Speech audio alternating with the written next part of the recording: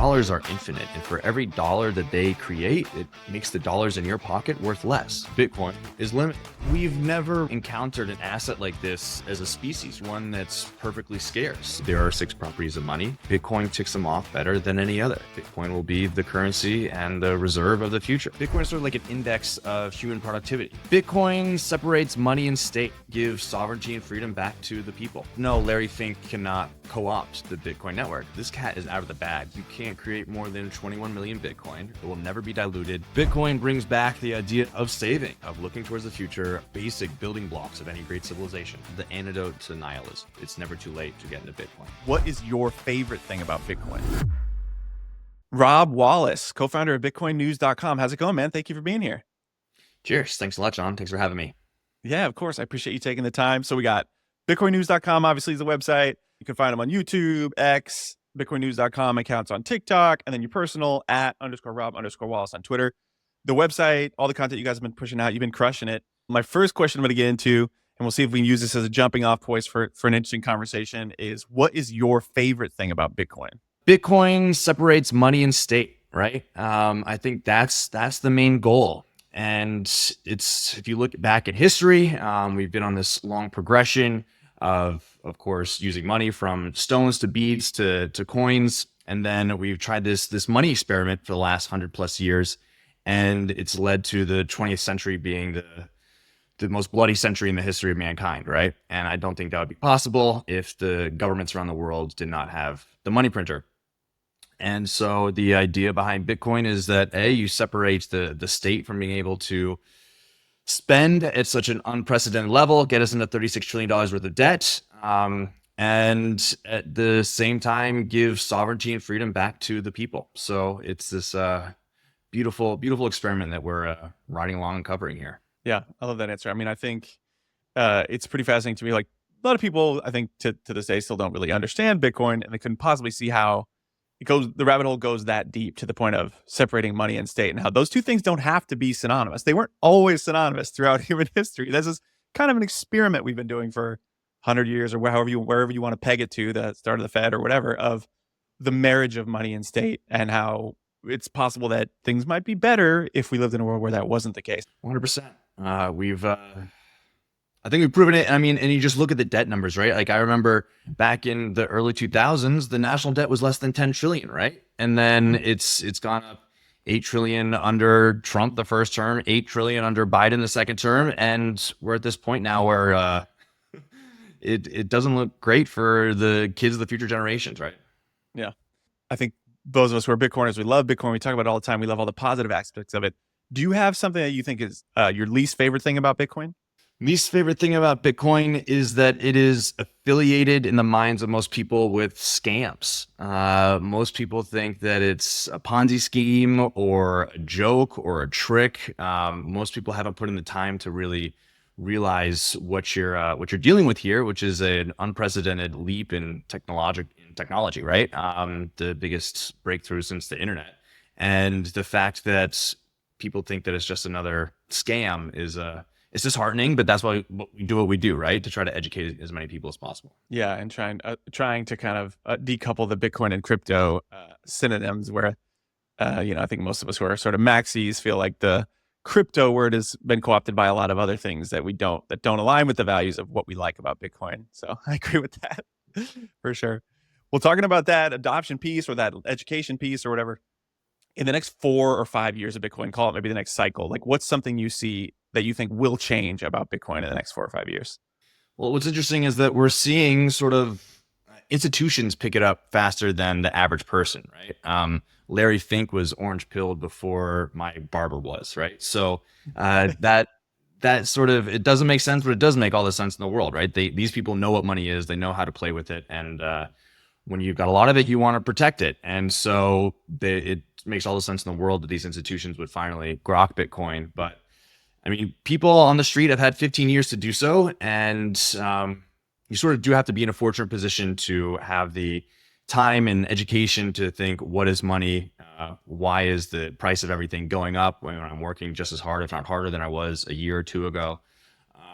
So I think that is going to change. These institutions seem to be picking it up a lot faster than the average person on the street. And you could say that's a natural progression or unfortunate, but it is what it is, right? And so again, that's what we're doing here. We're trying to get as many people on board as fast as possible before the price just runs away. And again, another thing that we hear that's on the street is people say, "Oh, it's too expensive now," right? Well, no, it's not. This thing is going to keep going up forever if you really understand what you're dealing with here. And so we got to get the word out. Yeah. You touched on two threads that I'd love to pull on. One is um, the sort of opportunity to front run the institutions and the BlackRocks of the world might be running out, right? They're catching on. We got like 15 years to front run them as retailer, kind of as retail, nobody's, speaking of myself. But that opportunity, the opportunity to get into Bitcoin's not running out, but the opportunity to front run those big guys might be running out. I know you said this kind of is what it is. There's no like, we can't stop that. Do you have an opinion of whether that's like a good thing, a bad thing? I mean, the beautiful thing about Bitcoin is that it's proof of work and not proof of stake, right? So no matter how big of a stack of Bitcoin you have no more control over the network than somebody that has just a couple thousand Satoshis, right? If you're on the Bitcoin network, you're on the Bitcoin network. It doesn't matter how many you have. So from that sense, no, Larry Fink cannot co-opt the Bitcoin network by no means. And Bitcoin is for enemies and for everybody, right? So we just had Putin come out last week and say that who can stop Bitcoin? Nobody. And I think that's become clear to the Larry Finks and the Trump administration as well, that this cat is out of the bag. The time to stop it was over a decade ago. And now it's infected, right? It's infected the world in a beautiful way. And unless you destroy every last node, this thing will never die. So it's here to stay. Yeah, yeah, I agree.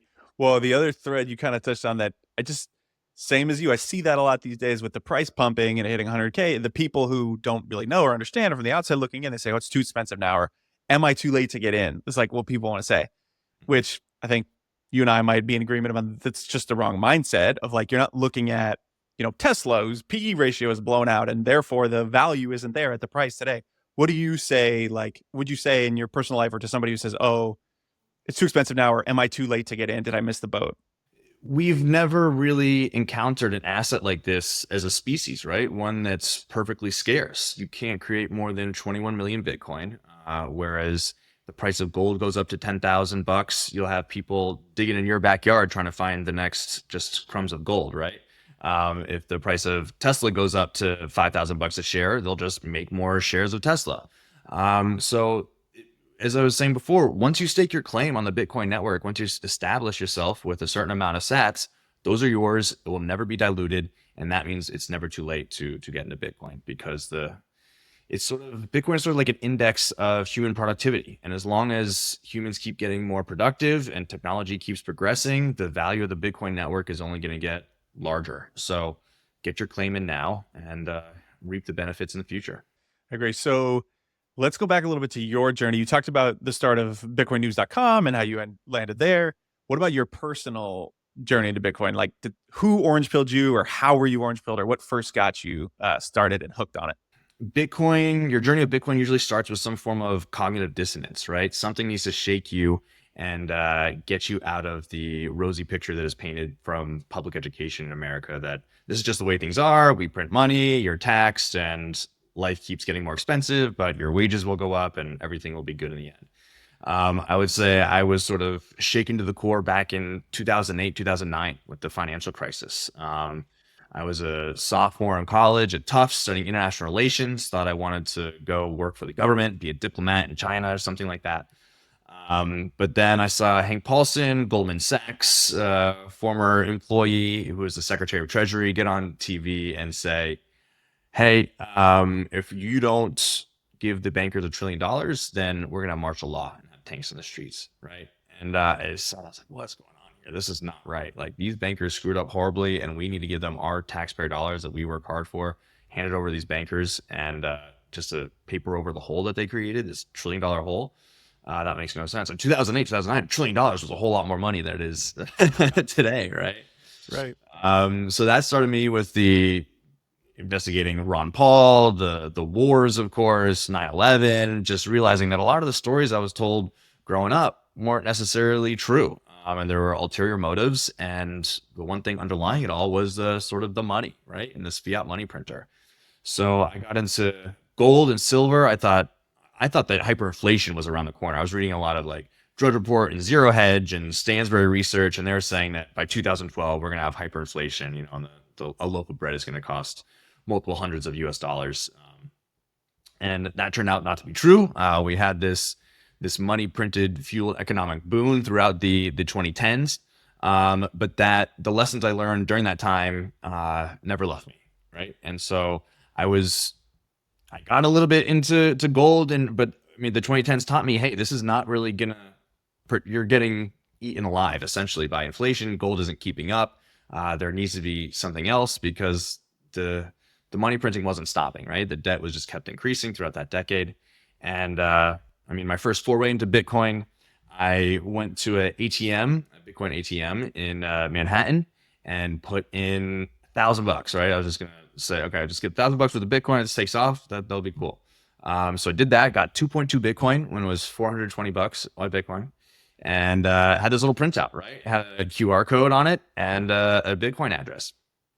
And so I had this little QR code with me and had it in my backpack for like a year, not really valuing what I really was, not having put in the research. And I was in an airport in Las Vegas, put the backpack down, put $5 into a slot machine because they have those in the airport in Vegas, pulled the handle, lost the $5. And when I looked down, my backpack was gone too, right? Oh no. So today, that's a $200,000 mistake. Oh, brutal. Yeah, but I mean, I wet my beak with Bitcoin then. And so I took like a break as I saw Bitcoin run up from like $1,000 to 17,000, during the 2017 bull run. And I was like, oh man, forget this, right? But it wasn't until COVID really and the mass money printing then that instigated me to look for alternatives outside of gold because that just wasn't doing it.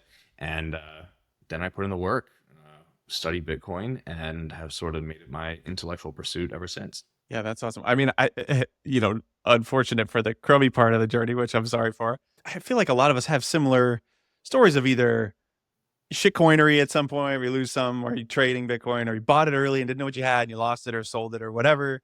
And then there's an interesting, I don't want to like blow smoke up Bitcoiners behinds too much, but it's like there's a humility it takes to come back. What do you think made you come back around? Even though you didn't just stay bitter of like, I lost this money and I missed out and this sucks and I hate this thing.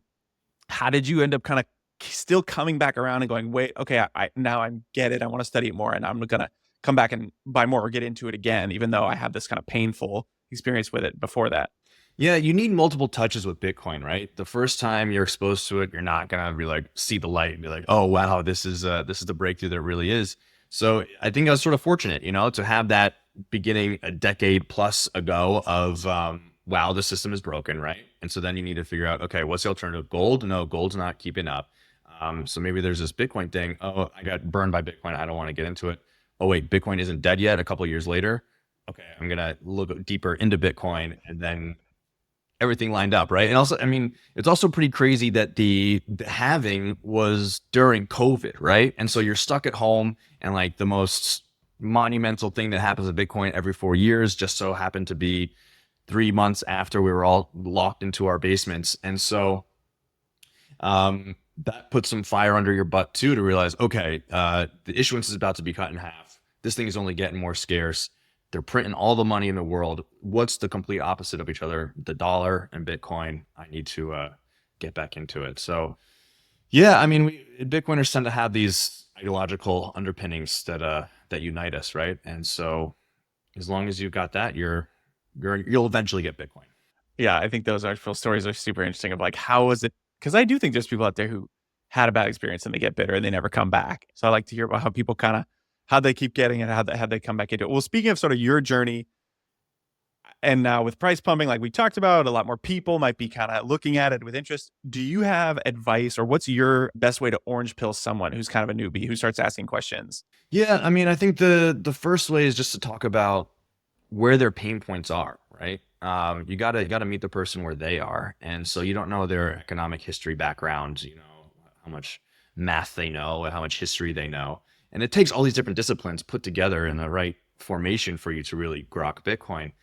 So you got to meet them where they are. For most people, that's the price of everyday goods, right? Life is so much more expensive than it was 4 years ago, let alone 10, right? So you gotta, I think that's the easiest thing, right? And so you tell them, okay, your life is more expensive. Why? Most people don't know. I mean, they blamed the inflation during COVID on supply and demand issues, but the real thing was that they created 40% of all dollars in those 18 months. And I think one line that really clicks with people is that dollars are infinite, and for every dollar that they create, it makes the dollars in your pocket worth less. And so this abundance of dollars is chasing after a scarce amount of goods, and that means that the prices need to go up. And so then we have Bitcoin, and Bitcoin is limited, right? It's scarce. There's only going to be 21 million. And that alone, I think, sort of starts the sparks for a lot of people. But then you can get into deeper things, right? I mean, what is money in general? It's monies are the most saleable good in a community, right? Something that people will exchange the easiest. And there are 7 properties of money, 6 properties of money, and Bitcoin ticks them off better than any other. And because of that, Bitcoin will be the currency and the reserve of the future. And so you can draw all these historical analogies and tie it all together, but it really depends on where the person is. And it's much better to slow drip it rather than try to just blast them in the face at once. Yeah, I like that answer because I think, just like you said, the best way is to first ask questions back and find out where they are. So they say, well, what's Bitcoin? Say, well, what do you know about it so far? And then they're going to tell you what they've heard. Right? Oh, I've heard it's Beanie Babies. Oh, I've heard it's a tulip bubble. I've heard it's, whatever. And then you can kind of, okay, so this is what they already think they know about it. There's my entry into say, well, let's challenge that, idea a little bit, because otherwise we just start going, well, it's a decentralized monetary protocol for a monetary network. That's it, and they're just like, wait, what? I don't know what you're talking about. Sounds like BS. I'm out. So you don't have to put like a percentage on it or anything, but what do you think? I think that those of us who think this is going to work over the long term, what do you think is sort of the likelihood of hyper Bitcoinization, maybe in our lifetimes, or in what timeline you think that something like that come to fruition? I think the desire for hyper Bitcoinization comes from a noble place, but in reality, what that means for it to happen in a short amount of time is actually pretty scary, right? For hyper Bitcoinization to really happen, it would mean that the dollar had failed to some extent, right? That you can't really trade Bitcoin for dollars anymore. And I mean, that's the dream, right? I mean, we all know sort of as Bitcoiners that these dollars are worthless. They're not backed by anything, and that they open the door for a lot of corruption and war and all these things. But for it to happen within the next 10 years, yeah, that could be sort of worrisome. So I do think that it's a decades long process, but I mean it's entrenched at this point, and the game theory is live. We've got states trying to outrun the federal government to set up a strategic Bitcoin reserve first, right? I mean, we've got Pennsylvania who's introduced a bill to do that today. Texas just came out today with a strategic Bitcoin reserve bill that will enter its legislature. And the funny thing about that one is that they're not going to spend any money on the Bitcoin. It's all donation based at first. They want their citizens to donate. I didn't see that yet. That's interesting. Yeah. But the game theory is live, right? And different jurisdictions are going to try different approaches to try to, again, stake their claim on in this network. And I think it's better if that's happens slowly but surely. That's okay.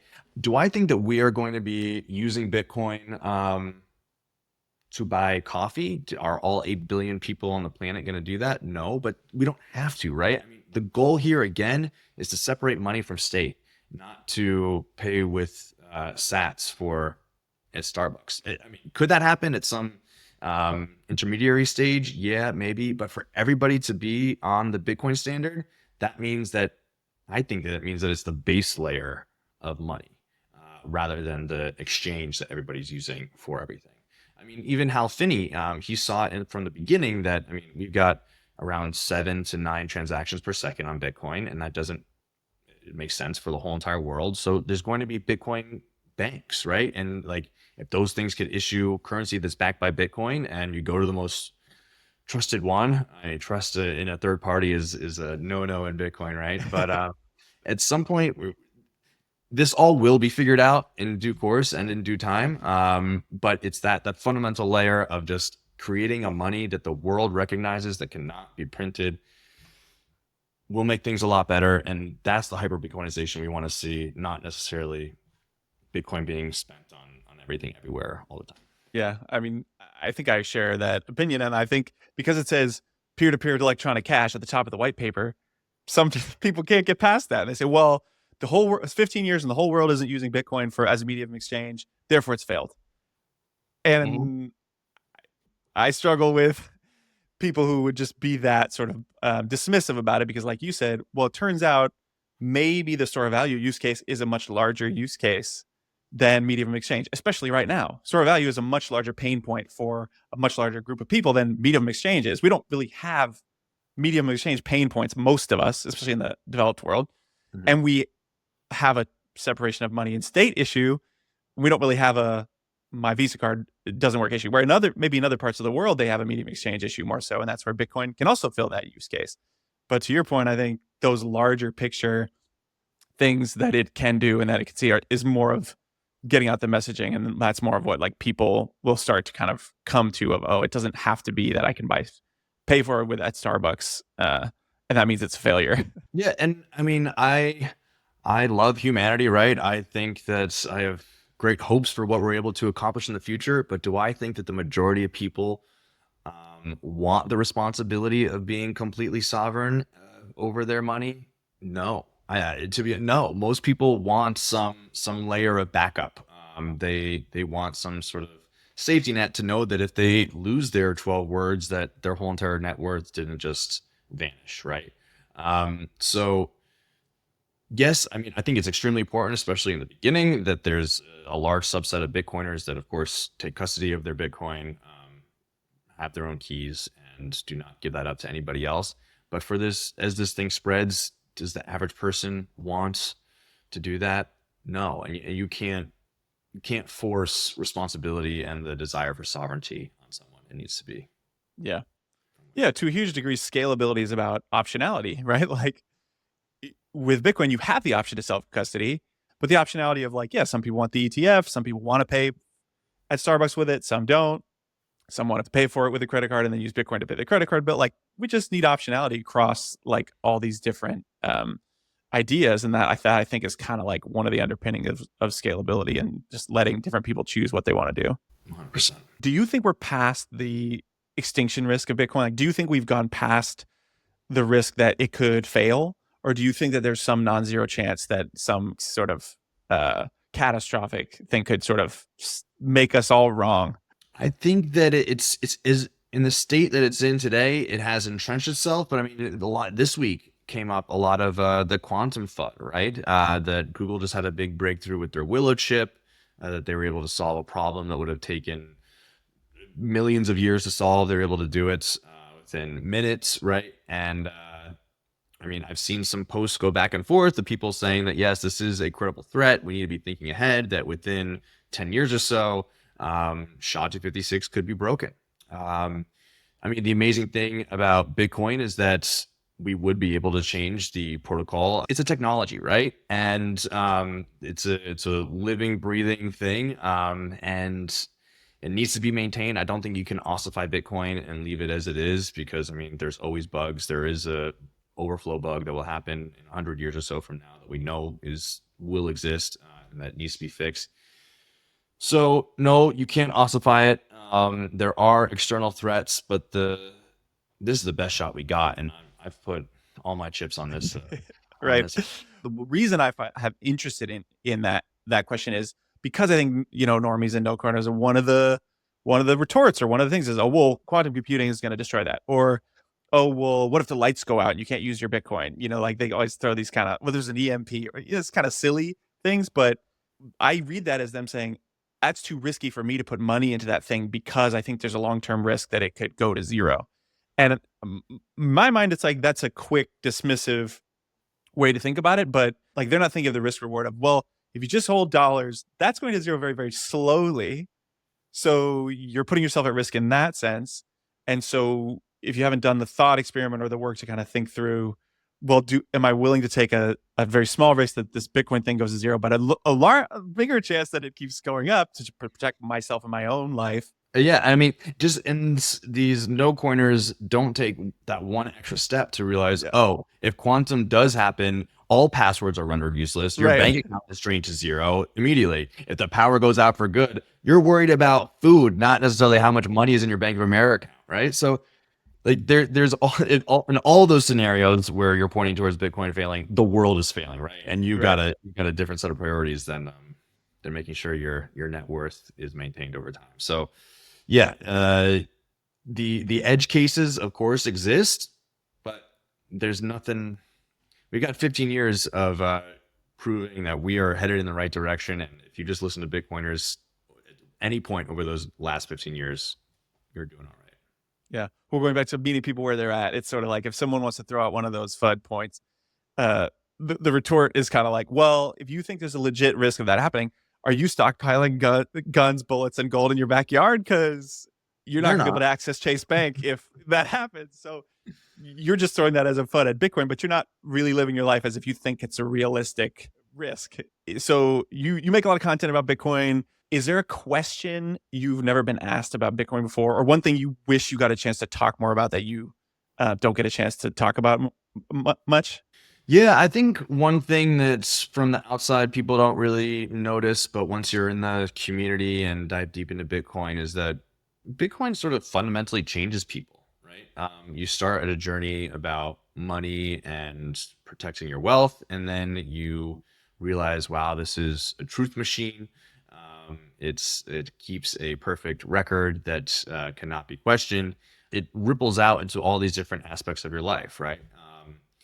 It gets people off of drugs, sobers them up. A lot of Bitcoiners want to start families, right? Without Bitcoin, my worldview prior to it was much more black pilled. I thought they were just going to print money, these wars, everything. There really was no beacon forward that could show me a way that, wow, life could be better in the future if we're able to just realize these things together. The sort of spiritual aspect of Bitcoin, right? The philosophical aspect of Bitcoin, opening yourself up to a brighter future, hope, the upliftment of man on both the material sense and the inner sense. So people who are new to Bitcoin might not see that yet, but spend a little time and it'll happen to you too. Yeah, no kidding. I love that. Well, it makes me think recently my wife was watching the Netflix doc about consumerism, kind of how our culture of consumerism and growth and all the waste and all the detrimental effects of that. And during that conversation with her, she was kind of thinking about my consumerism tendencies and all this stuff. And I was, in my mind, I'm connecting it to Bitcoin because I'm thinking in the Bitcoin standard, safety literally talks about the time preference thing of if you have money that's devaluing all the time, you end up with this high time preference thinking of, well, I just got to get rid of it and buy crap that I don't need. And you have this misallocation of investment and money that holds its value, that's hard money, has this tendency to create inside of you a low time preference thinking of, well, I'm going to hold off on buying this crap I don't need because my money's going to be worth more in the future, or I'm going to invest it only if the investment really makes a lot of sense because it's actually going to return me more in the future rather than, I just have to throw this money in wherever I can in real estate and wherever, because otherwise it's going to go to zero. Yeah. I think, like, to your point, like that larger picture of how Bitcoin kind of just gets its tentacles into everything in the world and sort of has this ability to make positive changes in so many different places. It's really cool. Yeah, it's sort of the antidote to nihilism, right? And I think that curse of nihilism is infecting a lot of youth these days, whether it's America or China. I mean, in China, they have the lying flat phenomenon where kids are just sort of given up. They've thrown their hands up and said, I don't want to work 10, 11 hours a day to try to get on this rat race that isn't fulfilling people. So Bitcoin brings back the idea of saving, of looking towards the future, of being prudent, and it's the basic building blocks of any great civilization. Yeah. Oh, and I think right now we have Bitcoin, but we have this sort of fiat mentality that's crept in that has led to this, just like all the crypto and all the gambling and all that stuff is sort of like, I got to get rich right now, right? Like there's no point. I got to throw it all in and see if I go to 1,000 or go to zero. because I don't, who cares? Whereas to me, there's a little bit of this. Bitcoin is not that thing that's going to make you retire overnight. But if we just can get people to shift their mindset into, but I can use it as my long-term savings technology that's going to give me hope for my future. Like, you don't have to think, well, can I put in $100 and make $1 million overnight? But can you put in $100 a month or a week and be able to retire 15 years, 20 years sooner than you would have otherwise? Like, there's a mindset shift there that I think is important for people to go, oh, I don't just going to buy a bunch of Dogecoin because I'm trying to make it in a flash. But if I buy Bitcoin and I just trust it's going to do what it's going to do, it does have the power to improve my life if I'm patient. Yeah, and those principles will inject themselves into culture as Bitcoiners grow in prominence and wealth and power, right? I mean, I think a great example is the Tuttle Twins. Do you know about the Tuttle Twins show? Yeah, the cartoon, right? Yeah. It started off as a book and now it's a cartoon for kids, and it just teaches all these libertarian principles in a really awesome, funny way that both kids and adults can watch. And I think you're going to see more of this type of art, this principled art that our culture is severely lacking right now. Yeah, that's awesome. Well, I'm glad you mentioned that, because that's a great segue for me. So you put out a ton of great content yourself, but do you have a recommendation of either a person you follow in the space or a resource that you like in the space that right now is one of your favorites, like a resource that you would recommend to other people or a person who you like following in the space at the moment? Yeah, if people are it's hard for me to judge how terminally online people are compared to me because I'm just like in this every day for so many hours. But if you're starting off, a great person is Preston Pish. Just type in PYSH. Check him out on YouTube. Episodes come out every Wednesday. Always a notable person he's speaking to. And he's got a military background, an investment background, and he's super honed in. Just a good dude. It screams through his content that he's got people's best intentions in mind, and he gets the word out well about Bitcoin. So definitely start there. If you are on X, one person I recommend following is Predator. Do you know Predator? Yeah. Yeah, I do know the account. Yeah. Bitcoin Maxi, anonymous, of course, willing to speak his mind, call out people in the space, will cause a stink if he sees something that is not right. And Bitcoiners are known for that. We're known to be toxic and whatnot. But we are Bitcoin's immune system, right? Bitcoin doesn't have a marketing team or a PR agency working for it. So it's up to us to defend its integrity and to call out people that we think are bad actors in the space. And Predator is right up there doing that all the time. Yeah, I dig that. And of course, BitcoinNews.com for keeping up on current events, all the most interesting stuff happening in the space. So everybody check out BitcoinNews.com. And obviously you guys are on Twitter and YouTube, TikTok, everywhere. I'm pretty sure you can find you guys pretty much anywhere we want to. So cool. Rob, can't thank you enough for taking the time, man. I really appreciate it. It's a fun conversation. I love talking to Bitcoiners. So this was really cool. I appreciate you taking the time. Thank you. Absolutely, John. Best of luck on your Bitcoin journey here. Happy to help you get it started and off the ground, and excited to see what you do with all this. You're the man. Thank you so much. I appreciate it. Cheers.